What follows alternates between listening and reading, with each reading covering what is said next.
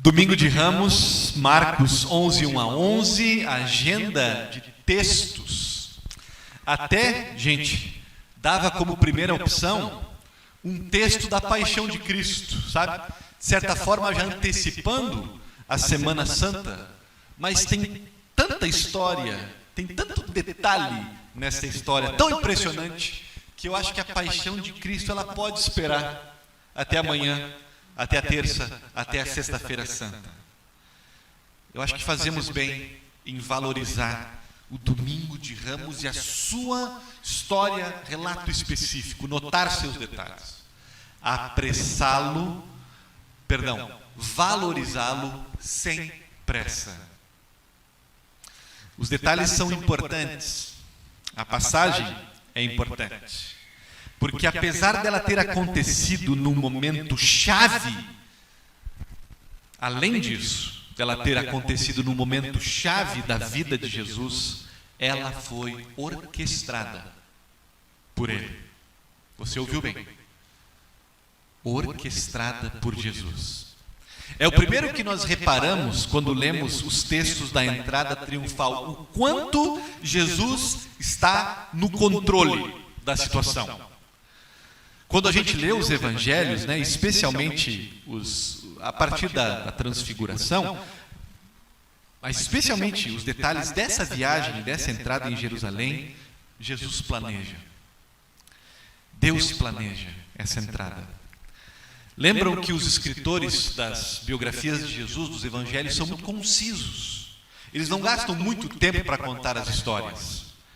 Mas 6 versículos dos 11, 6 são investidos por Marcos para contar como Jesus preparou a entrada, antes de entrar. Talvez não tínhamos essa ideia. Talvez pensávamos que, puxa, Jesus, em determinado momento, entrou simplesmente e foi surpreendido por uma multidão que estava lá para saudá-lo. Não. Jesus está no absoluto controle do que está acontecendo. Ele próprio organiza essa entrada triunfal. Isso fica claro por algumas coisas, gente. Logo a gente pensa em como Jesus, por exemplo, intencionalmente escolheu o burro, né, o burrinho. E como aquele animal estava milagrosamente disponível num estábulo, à espera de ser chamado para a missão. Demonstração clara de um planejamento de Jesus, de um gerenciamento da situação. E tem mais. O timing deste acontecimento. Deliberadamente, Jesus entrou num feriado de Páscoa. Escolheu entrar no feriado que a multidão, que o povo judeu corria a Jerusalém, estava lá onde os sentimentos de liberdade, de libertação, estavam à flor da pele. Todos lembravam do Egito e renovavam os seus sonhos, como disse a música, em se ver livre do jugo de Roma. O recrutamento da comitiva também, notem isso. Jesus envia os seus discípulos para onde? Para buscar o burrinho? Para Betfagé. E Betfagé e Betânia são 2 vilas muito próximas, pertinho de Jerusalém. E nós sabemos o quanto de tempo Jesus passava por ali, especialmente em Betânia, onde moravam seus amigos Marta, Maria e Lázaro. Jesus conhecia a vila, conhecia as pessoas, sabia quem eram os donos ali dos animais onde eles se encontravam. Jesus também era conhecido naqueles lugares. Foi aquele povo de Betfagé e Betânia que tinha presenciado a grande maioria dos milagres de Jesus. Foi aquele povo que havia visto há pouco tempo, por exemplo, a ressurreição de Lázaro. Foi ali que os discípulos foram mandados por Jesus para buscar o jumentinho. Jesus se assegurou de enviar os seus discípulos, inclusive dizendo para que eles contassem para a vila, para quem perguntasse, espalhassem a notícia, qual era a razão daquele burrinho estar sendo trazido? Era para que o mestre entrasse. O mestre precisa dele. E se a gente lê com cuidado no versículo 8 e 9, a gente vai ver que os discípulos fizeram como Jesus instruiu, e a multidão que acompanha a comitiva, espalhando roupas e ramos, tinha gente nessa multidão indo na frente de Jesus, mas atrás de Jesus. Antes de chegar em Jerusalém, a multidão não se forma em Jerusalém. Antes de chegar em Jerusalém, já vinha uma multidão justamente das pessoas que conheciam Jesus, que estavam, de certa forma, prontas para acompanhá-lo, para enxergá-lo se revelando. E vejam que também Jesus, quando ele chega em Jerusalém, ele está montado num burrinho indomado. Ninguém nunca tinha montado nele, é paradigmático isso. Quem é que pode montar num animal indomado?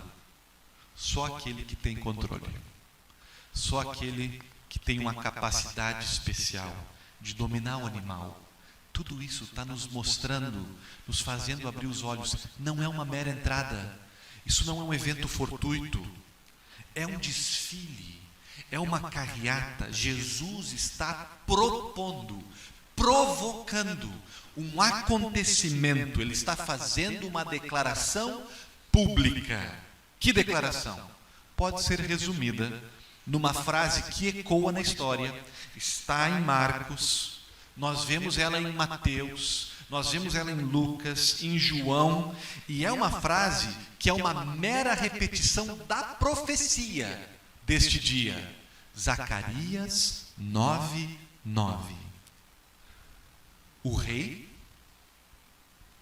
humilde vem. Vou pegar essas 3 palavras hoje. O rei humilde vem. Tentarei explicar essa passagem tirando conclusões para a nossa vida com essa profecia simples. 3 palavras. O rei humilde vem.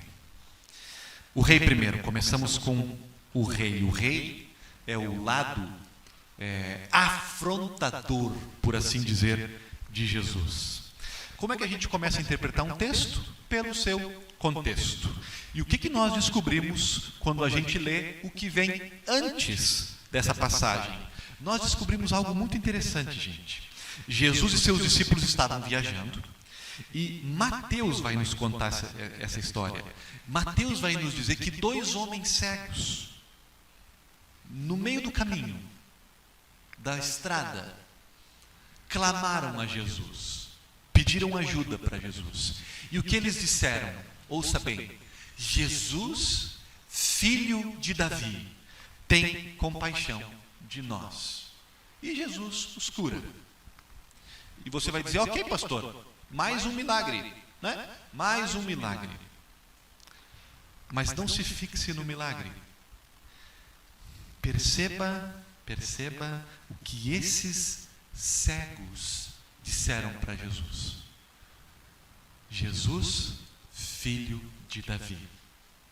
É a primeira vez que Jesus é chamado assim, e que Jesus deixa, que Jesus não faz, que Jesus ouve, recebe aquele título, reconhece aquele título e deixa que o título se espalhe.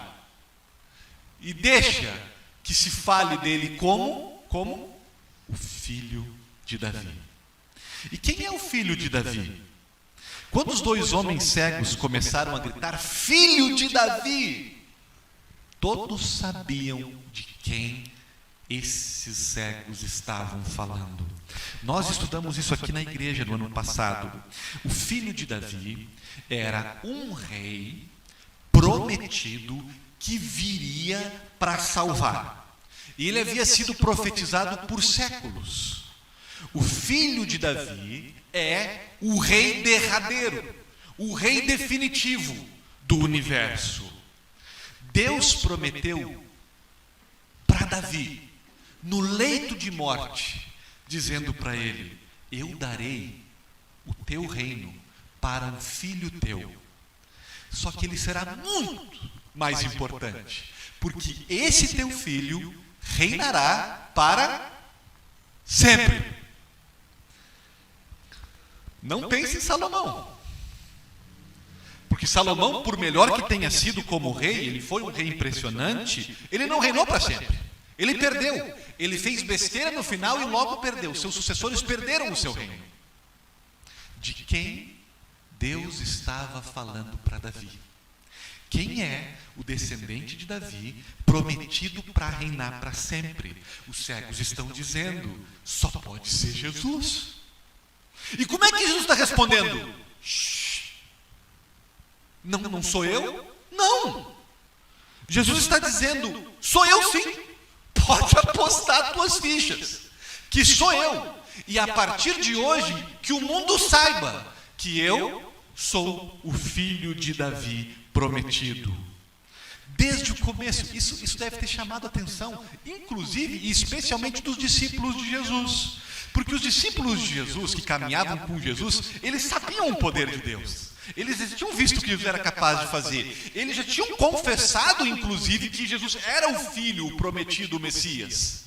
E eles estavam numa angústia, numa expectativa. Quando é que o nosso mestre vai se revelar? Quando é que ele vai anunciar para todo mundo que ele é o filho de Davi? Que ele é o prometido. Quando eles viram o cego chamando e Jesus não interrompendo, e Jesus acolhendo o título e deixando o título ser revelado, aquilo que eles queriam tanto, os discípulos, aquilo que eles até pressionavam a Jesus às vezes, para Jesus se revelar, forçavam-nos, aparentemente, para os discípulos, Jesus agora está fazendo. Jesus agora está se assumindo publicamente, para quem quiser saber, como o rei messiânico. E os discípulos obedecem. Diga-nos, mestre, o que quer que a gente faça? Como é que a gente pode te ajudar nessa tua revelação? Missão dada vai ser missão cumprida. E Jesus, gente, foi entendido como o filho de Davi, não apenas pelos discípulos que estão obedecendo ele, mas pelas pessoas que acompanhavam a comitiva, iam saindo de casa em casa para recebê-lo. Os ramos, as aclamações que lhe dirigiam demonstravam isso. Os ramos, meus irmãos, minhas irmãs, os ramos estavam nas profecias. Os ramos já haviam saudado, alguns anos antes, um outro líder a quem o povo depositou sua esperança, chamado Judas Macabeu, que foi o último que tinha vencido o Império Romano. Os ramos já tinham feito parte da comitiva de recepção desse Judas Macabeu entrando em Jerusalém.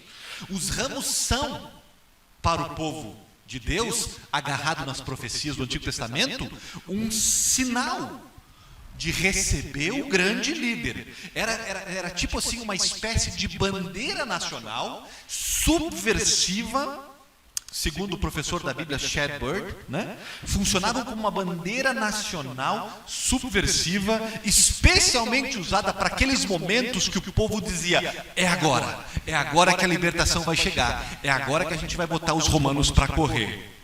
E os cantos, gente?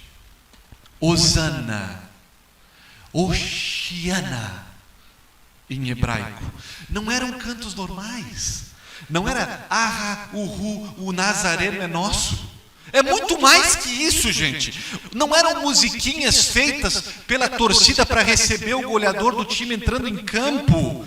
Oshiana é a oração mais profunda que o povo tinha. Tradução: Senhor, salva-nos agora. Salva-nos hoje.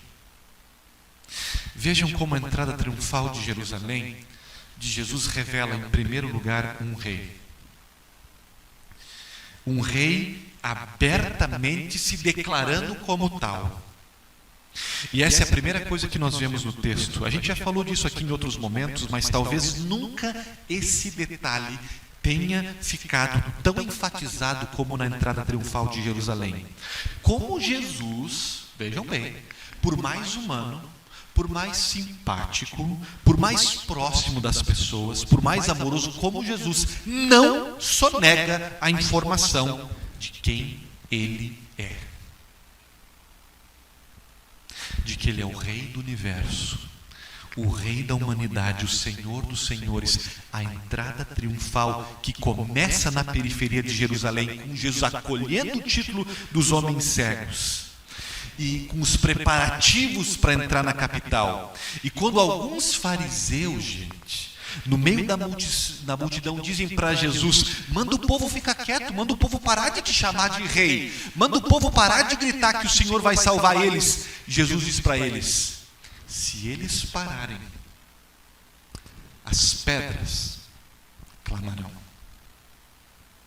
E se nós acompanhamos Jesus nesta semana, nos textos subsequentes, gente, que são maravilhosos, logo após entrar em Jerusalém, o que é que nós vemos Jesus fazendo? Indo aonde? Ele vai direto para o templo, para a casa oficial de Deus. E ele entra lá, expulsa os comerciantes de lá e diz o quê? Minha casa não será casa de comércio. Minha, note o pronome possessivo, minha casa será casa de oração. Eu mando aqui.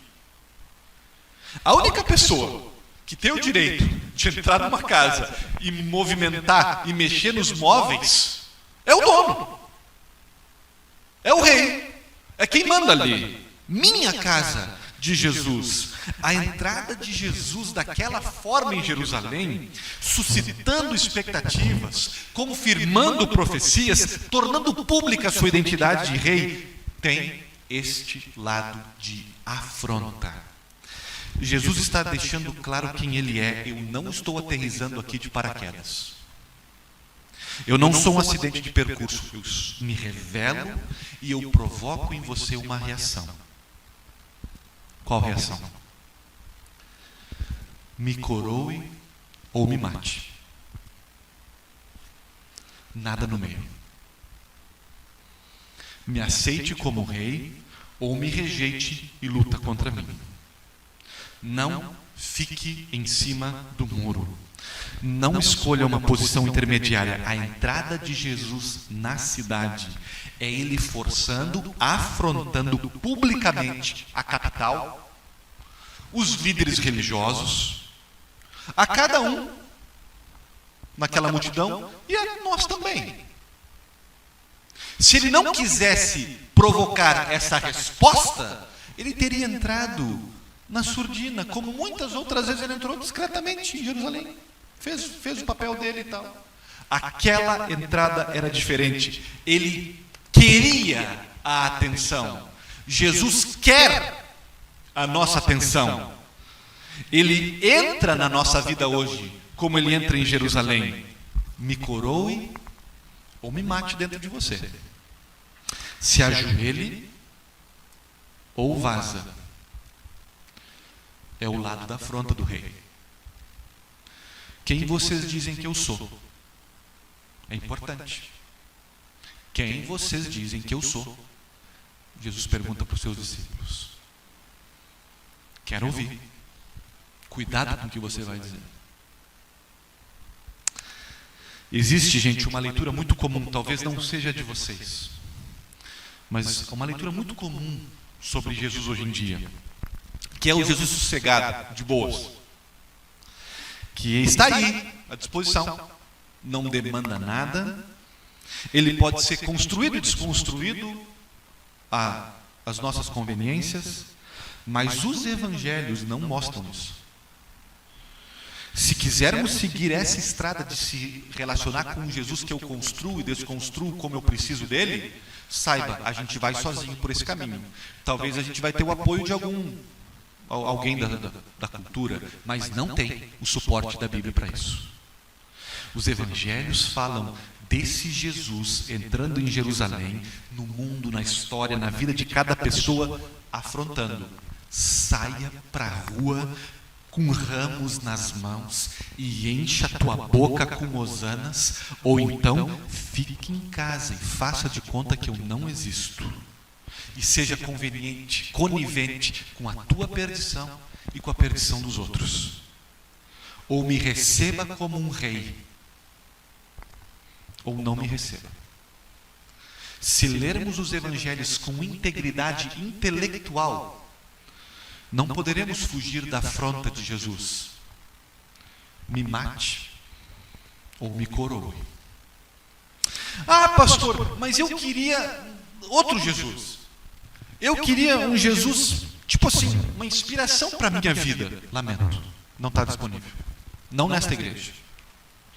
Ah, pastor, mas eu queria Jesus como meu guru espiritual. Lamento, não está disponível. Eu queria um Jesus mimoso, inofensivo, que passa pano para qualquer coisa. Lamento, não está disponível. Eu queria o Jesus líder da igreja, que tem um poder mágico, que faz coisas bonitas e sobrenaturais, milagrosas para mim, quando eu oro, quando eu vou na Santa Ceia. Lamento, não está disponível. Jesus é conselheiro, Jesus é inspiração, Jesus tem poder, Jesus faz milagre, Jesus é irmão, Ele é graça, mas Ele é muito mais. Entrada triunfal de Jesus em Jerusalém. Jesus é rei. Escute essa verdade de uma vez por todas. Temos um rei desfilando em Jerusalém. A entrada é triunfal e isso mexe com a gente. Nos demanda uma resposta apropriada para um rei. Tem um lugar em Apocalipse, vocês já ouviram falar sobre isso, que João ouve Jesus dizer: vocês não são quentes nem frio, não me matam e nem me coroam, ficam em cima do muro, mornos, tíbios, e por isso eu tenho vontade de expulsar vocês, de vomitar vocês da minha boca. Me coroe ou me abandone, mas não me admire. Não seja um fã meu no Facebook. Não apenas me adore domingo de vez em quando. Estenda literalmente as tuas roupas para eu passar. Saia para as ruas durante a semana para me cultuar. Mas não brinque comigo. Não me tente me usar ou me seguir de longe com condições. É uma parte da mensagem dura, eu reconheço isso. É lei.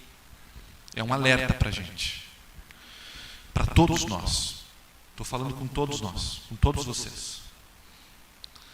Não é um problema que está só fora da igreja, dentro da igreja também. A gente às vezes está na igreja, mas só como o Salvador, não como o Senhor. A gente tem Jesus como o melhor amigo, mas não como o rei.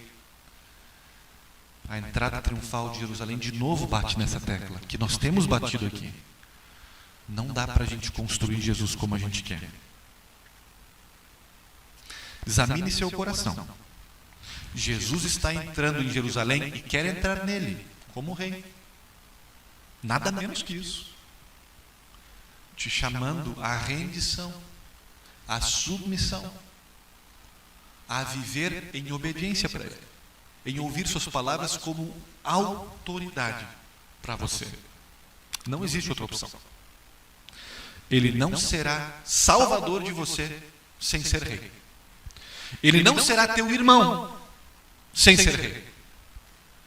Ele não será conselheiro sem ser rei. O rei, falamos do rei, do lado rei de Jesus, e agora na continuação, lembram? O rei humilde, o rei manso. Há uma mensagem meio confusa nessa entrada de Jesus. As circunstâncias são propícias, os súditos estão a postos, mas o rei Jesus está intrigante. Ele aceita ser chamado de filho de Davi, mas não está organizando um exército montado num puro sangue. Mas parece um profeta andarilho. As coisas não se encaixam perfeitamente. Na entrada triunfal tem esse paradoxo. O rei é intrigante. Como assim? A escolha do burro. A escolha desse animal.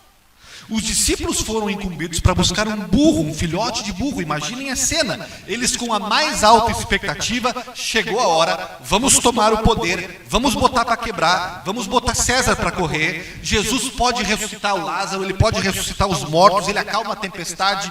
Nós podemos expulsar os romanos assim, ó.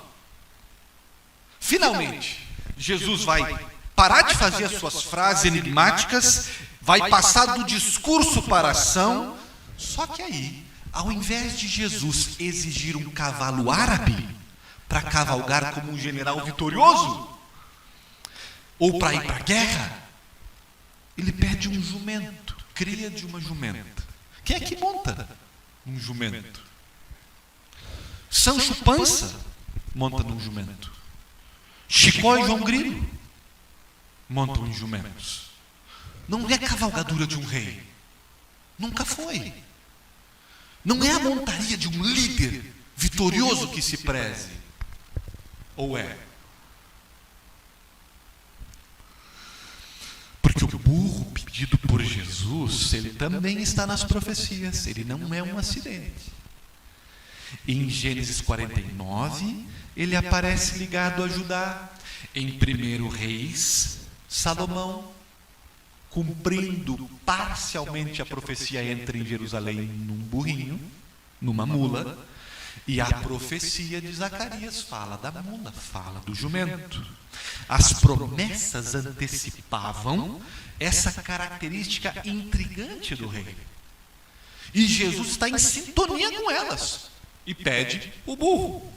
Só que nós ficamos sem entender que tipo de general vence, vai à guerra, desfila num burro. Como é que vai lutar numa batalha em cima de um burro? Como é que vai vencer o inimigo em cima de um burro? Qualquer general em cima de um burro vai ser aniquilado. Ou vem a cavalo para a guerra, ou vem a pé. Mas não vem em cima de um burro troteando vagorosa e teimosamente.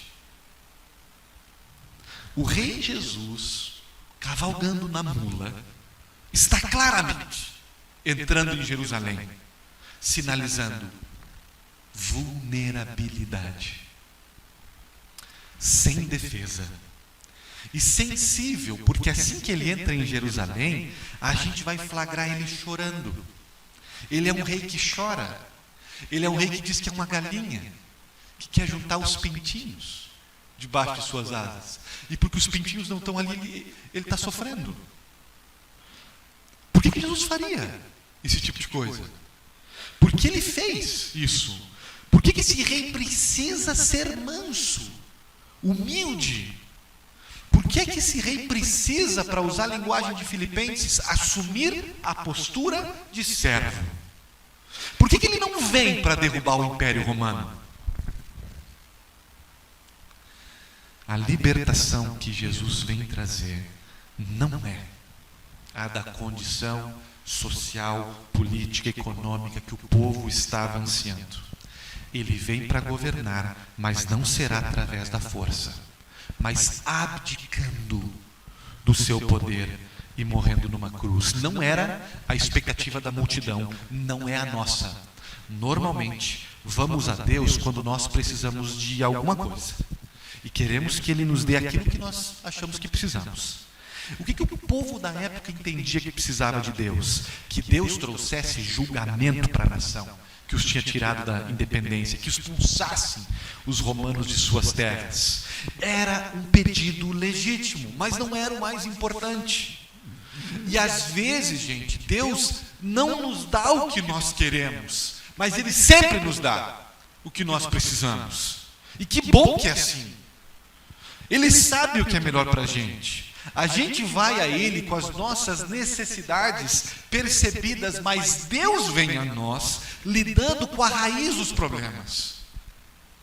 Jesus, rei, montado num burrinho humilde, sabe exatamente do que o povo e nós precisamos. E o que eles e nós mais precisamos e precisávamos era de libertação de inimigos muito mais terríveis que o Império Romano. O que nós e eles mais precisávamos era sermos perdoados e reconciliados com Deus, para que um dia Deus pudesse voltar a esse mundo e acabar de uma vez com o mal, sem ter que acabar com a gente junto. Eu sou o rei de Jesus, mas eu sou o rei que você precisa, não o rei que você quer. O que aconteceria se Jesus apenas libertasse o povo de Roma?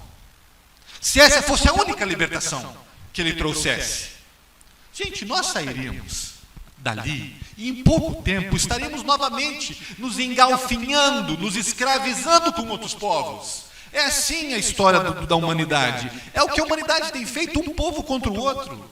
Se Jesus apenas libertasse o povo, destronando Pilatos, destronando César e dando a Judá alguns anos de liberdade, o que eles fariam com o pecado deles? O que nós faríamos com o nosso pecado? Com as nossas culpas, com a nossa sensação profunda de vazio espiritual que a gente tem? Se Jesus nos desse o que a gente quer e não o que a gente precisa, o que a gente quer? Mais anos de vida, a cura de uma doença, alguma bênção material. Se isso fosse tudo o que o nosso rei nos desse, se ele respondesse às nossas orações, apenas estas orações, o que nós faríamos sozinhos para lidar com a nossa escravidão real? Para o fato de nós vivermos obcecados, querendo provar o nosso valor, pisoteando em cima das pessoas para provar que somos melhores. Gente, tinha uma escravidão muito mais pesada, muito maior, que nos segurava, muito mais raiz, que essa sim, só Deus podia resolver. Muito pior do que o domínio romano. Se tudo o que Jesus fizesse fosse nos libertar de Roma, ou de determinado povo, de determinado governo, de determinada circunstância, o que a gente vai fazer para lidar com a morte? O que a gente vai fazer para lidar com Satanás? O que a gente vai fazer para lidar com o pecado que navega dentro da gente? Que é a razão de toda a injustiça, de todo o caos do mundo. Jesus veio para isso. Jesus veio para acabar com o nosso maior inimigo, para dar libertação para cada um de nós, para a pior escravidão que estava contra a gente. E para isso, ele precisava morrer. E aí o domingo de Ramos tem esse aspecto de ensaio para a sexta-feira santa. O rei precisava vir vulnerável, desguarnecido. Ele precisava vir num jumento e ser abatido pelo inimigo. E ser massacrado pelo inimigo. Porque é assim que o Cordeiro de Deus, mudo, vai ao matadouro e tira o pecado do mundo, se tornando nosso substituto. Nós somos salvos e libertos porque Jesus não entrou em Jerusalém para meramente destronar César, mas porque ele entrou para se sacrificar, para se entregar em nosso lugar e assim conquistar para nós perdão, vida e salvação. Por último, concluindo, o rei humilde que vem. O rei é humilde e ele vem, que é o lado transformador de Jesus. Eu amo essa parte da profecia porque Deus nos diz: esse rei humilde vem. Tempo presente do verbo. Vem. Não é virá. Não é veio. A profecia falava de algo no futuro. Os textos do Evangelho falam de algo do passado. Mas o Espírito Santo, que inspirou cada detalhe da Bíblia, caprichosamente sussurra no ouvido de Zacarias, de Mateus, Marcos, Lucas e João. Escreve aí. O rei humilde vem. Presente perfeito. Presente contínuo.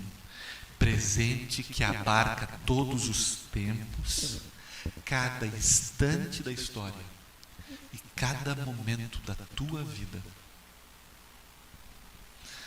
Por um lado, nos diz que a gente deve não apenas esperar esse rei para algum dia lá na frente, sabe lá Deus quando. Por outro, não diz que ele está totalmente aqui ou totalmente no passado, porque ele veio e virá também, mas vem, está vindo o tempo todo, 24 horas por dia, 7 dias por semana. Nesse domingo de Ramos nós somos convidados para olhar para o passado, quando o rei veio, e sermos transformados pelo acontecimento de Jerusalém, mas nós somos convidados também para olhar para o futuro, para as promessas do retorno desse rei, para quando esse rei voltará para botar todos os pingos nos is e restaurar de uma vez por todas as coisas. E os ramos têm a ver com isso, gente. No Salmo 96 nos é dito que diante da promessa da vinda do rei, da vinda para consertar todas as coisas, as árvores dos bosques se sacodem. E Isaías 55:12 fala da mesma coisa, que quando o rei vem, as árvores batem palmas. Que quando Jesus retornar, no dia glorioso que estamos aguardando para ser o rei absoluto, para limpar esse mundo de impérios, de injustiças, de opressões, de escravidões, quando tudo voltará a ser o que foi desenhado para ser na origem, e os súditos desse rei, junto com toda a criação, nós faremos uma grande festa muito maior do que a festa em Jerusalém. E os ramos daquele dia, que estão se sacudindo nas mãos das crianças, dos jovens, dos moradores de Betfagé, de Betânia, de Jerusalém, eles são um sinal de que quando Cristo voltar, tudo estará chacoalhando, tudo estará irrompendo em festa. Cada árvore, cada ser da criação, cada um dos súditos, dos seguidores deste rei. E o que a gente faz até esse dia chegar? Esse rei que vem? A gente lembra. Ele vem. É presente, é para agora. É para agora. Já é evangelho, notícia, esperança para hoje. Para um ano de pandemia, para agora. O rei vem. Já é motivo para levantarmos nossas cabeças e vivermos com expectativa. Nosso rei vem.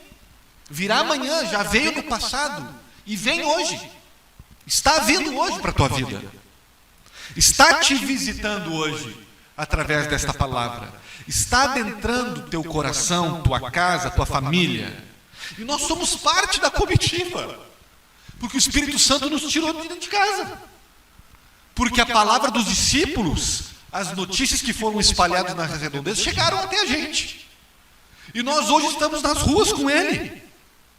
Somos os donos dos burrinhos que permitem que Jesus use hoje o que nós temos, o nosso carro, os nossos talentos, o nosso trabalho, o nosso dinheiro. Somos os burrinhos que levam Jesus para aquela empresa, para aquela faculdade, para aquele bairro, para aquele lugar onde eu sou convidado a ir. E esse lado de Jesus vem. Tem um lado que nos transforma, que mexe com a gente, que nos bota em missão. Isso fica evidente no episódio que acontece logo depois da entrada de Jerusalém, Marcos capítulo 11, que a gente vê que assim que Jesus entrou em Jerusalém, ele está com fome e ele chega perto de uma árvore, uma figueira, o incidente da figueira que não dá frutos. E a figueira está vazia, sem frutos, Jesus amaldiçoa ela, como que dando para nós uma mensagem: eu estou vindo e eu espero frutos. Eu espero que a minha vinda na tua vida redunde em transformação, mexa contigo, te chacoalhe. Não apenas fazendo festa, oba, oba, Jesus está chegando, mas frutos, transformação, boa obra, gestos de amor. As árvores batem palma, gente. As pedras clamam, as crianças, os velhos cantam hosana. O que nós podemos fazer hoje? Essa vinda que nos transforma. O que Deus está te chamando para você fazer hoje? Escoltando Jesus no mundo, caminhando do lado dele, ou recebendo, abrindo espaço para ele. Primeiro, não tenha pressa de chegar na segunda-feira. Comecei essa mensagem dizendo, os textos me mandavam para a Semana Santa, e eu fiquei fincado em Marcos 11. É quase que um sinal para a gente. Não tenha pressa de ir para a Semana Santa. Desfrute o domingo de Ramos. Amanhã a gente se move para o estado de sobriedade, de reflexão, mas hoje Jesus te quer cantando. Eu não vou dizer nas ruas, porque com a pandemia melhor fique em casa. Mas metaforicamente Ele te quer nas ruas, acolhendo e fazendo festa para Ele. Que as tuas redes sociais, que os teus grupos de WhatsApp, que as tuas conversas telefônicas reverberem hoje, hosana, bendito o que vem em nome do Senhor. Viva a alegria de hoje. E aí durante a semana a gente sofre. Isso é meio que uma dica para a vida. Vai ter tribulação. Eu não sei o que vai acontecer com a gente. De repente você vai viver uma tribulação. Mas antes de entrar na tribulação, não sofra antes. Viva hoje. Viva a alegria do hoje. Escolha olhar para o lado da alegria hoje. Para que essa alegria do hoje, do Jesus que entra vencendo, como o rei, desfilando, prometendo vitória, te ajude nos dias de angústia. Para que a esperança do Evangelho te ajude para quando for o momento de chorar, o momento da sobriedade, o momento da reflexão, o momento da dor. Primeira coisa, não tenha pressa de chegar na Semana Santa. Amanhã nós entramos nela com tudo. Hoje é domingo de Ramos e aplique isso para a sua vida. Assuma seu lugar na entrada triunfal. Quem é você nessa missão de Jesus entrando no Rio de Janeiro? É o dono do burrinho que vai entregar tudo que você tem, entregar tuas posses, entregar o que tu tens de melhor? Você é o próprio burrinho que está levando Jesus, você é um mensageiro dele. Você é uma família que está saindo de casa, que está abrindo sua casa. Você é alguém com ramo fazendo festa, encorajando Jesus e o povo de Deus a seguir em frente. Qual é o teu lugar? Assuma ele. Ninguém vai te substituir. E sempre com humildade. Vasco leu em Filipenses 2 hoje. O caráter de Jesus, que não é um rei que vem botando pé, falando grosso, arregimentando poderes políticos. É um rei manso, que converte pessoas no amor, não na força. O caráter do rei, diz Filipenses 2, se reproduz nos seus súditos. Tende em vós o mesmo sentimento que teve Cristo Jesus, que se fez servo, que cedeu, que abriu mão, que se fez servo por amor a nós. Humildade sempre, em cada conversa, em cada opinião, em cada gesto, em cada postura. Humildade e mansidão sempre. Amém.